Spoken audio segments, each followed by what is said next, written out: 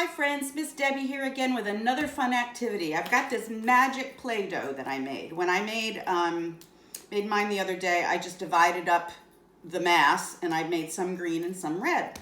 So with Play-Doh you can do so much. When we talk about kids doing bilateral activities or two-handed activities, when kids start out, they're doing activities where the hand is doing the same thing at the same time. So like with a rolling pin, your hands are doing the same thing at the same time. And the kids have tons of this in class. All of the teachers have Play-Doh, and they all have all different kinds of Play-Doh scissors. They've got different cookie cutters. They've got plastic knives and things like that. So these are some of the activities you can do with your child. Now, hopefully, this comes up. If yours is too sticky, mine was a little sticky initially. You can just spray some Pam on your counter or your on your table, and it'll come up pretty quickly. So now what we're doing, we've rolled that out, and that's even more of an activity or something harder than you would think, because the children have to gauge how much force they need to use to push down and roll this out. A lot of kids will just go like this, and it doesn't do anything because they're not putting any force into it. And sometimes you might have to do a little hand over hand and show them how to, push it down. Now, if you don't have a rolling pin, you can use like a round block to use to roll it all out. Anything that's round, you could use a can of vegetables. You could use anything like that. I could use this Pam container. Okay, so now we're going to use cookie cutters.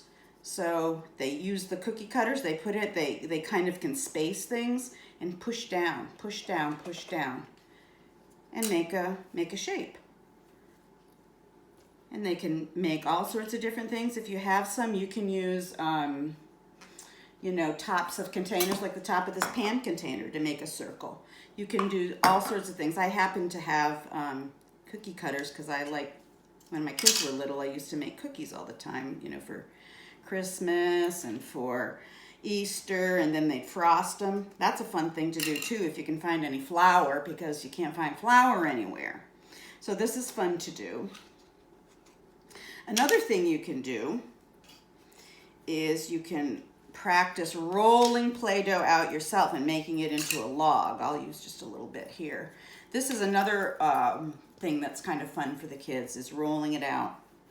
Now, you can make this into an activity of daily living.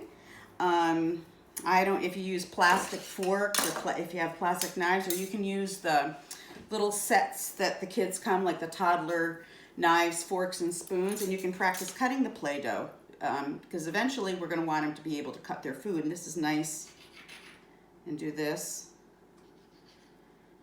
Practice cutting. And then you can pretend that you're going to eat it. Pretend, because this doesn't taste very good, and practice using a fork. You can take this and, put it into a bowl or something.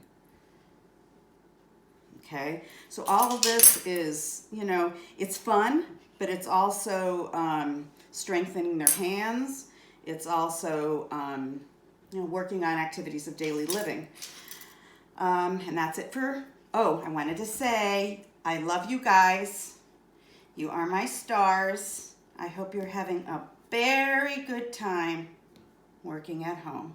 Love you.